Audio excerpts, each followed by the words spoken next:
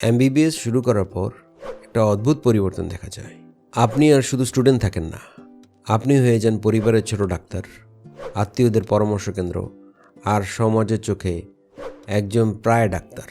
এই ভিডিওতে আমি কারো সমালোচনা করব না, আমি শুধু দেখাবো মানুষ কি ভাবে আর বাস্তবতা আসলে কি।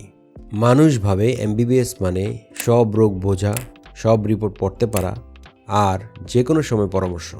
পরীক্ষা কেমন গেল এই প্রশ্নটা খুব কম আসে, বরং প্রশ্ন আসে এই ওষুধটা ঠিক আছে তো, এই রিপোর্টে কি সমস্যা, একটু প্রেশারটা মেপে দাও।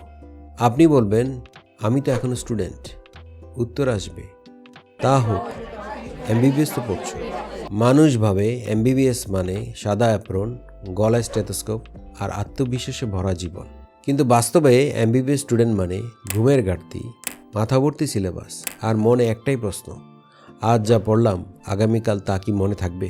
একটা সাবজেক্ট শেষ হওয়া মানেই আরেকটা আরও বড় সাবজেক্ট শুরু। এখানে শেষ শব্দটার কোনো সহজ অর্থ নেই। এখানে খুব গুরুত্বপূর্ণ একটা সত্য আছে, এমবিবিএস কোনো শর্টকাট না, এটা রাতারাতি কাউকে ডাক্তার বানায় না। এমবিবিএস শেখায় কিভাবে ভুল না করা যায়, কারণ চিকিৎসায় একটা ভুল মানেই একটা মানুষের জীবন। এই কারণেই আমরা সহজে কথা বলি না আর হালকাভাবে পরামর্শ দিই না। এই দ্বিধা দুর্বলতা না, এটাই দায়িত্ববোধ। তবুও একটা বিষয় অস্বীকার করা যায় না, পরিবার, আত্মীয়, সমাজ যখন আমাদের উপর ভরসা করে, সেটা অজ্ঞতা থেকে আসে না, সেটা আসে আশা থেকে। তারা আমাদের মধ্যে ভবিষ্যতের ডাক্তারকে দেখে, আর আমরা প্রতিদিন ভাবি আমি কি সেই বিশ্বাসে যোগ্য হতে পারবো। এই প্রশ্নটাই আমাদের ক্লান্ত করে, কিন্তু থামতে দেয় না।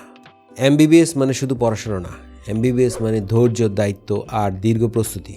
আজ আমরা স্টুডেন্ট আর আগামীকাল ডাক্তার হব, কিন্তু এই মাঝের সময়টাই সবচেয়ে কঠিন আর সবচেয়ে বেশি মূল্যবান। আপনি যদি এমবিবিএস স্টুডেন্ট হন আর এই ভিডিওটা যদি আপনার জীবনের সাথে মিলে যায়, একটা লাইক দিন।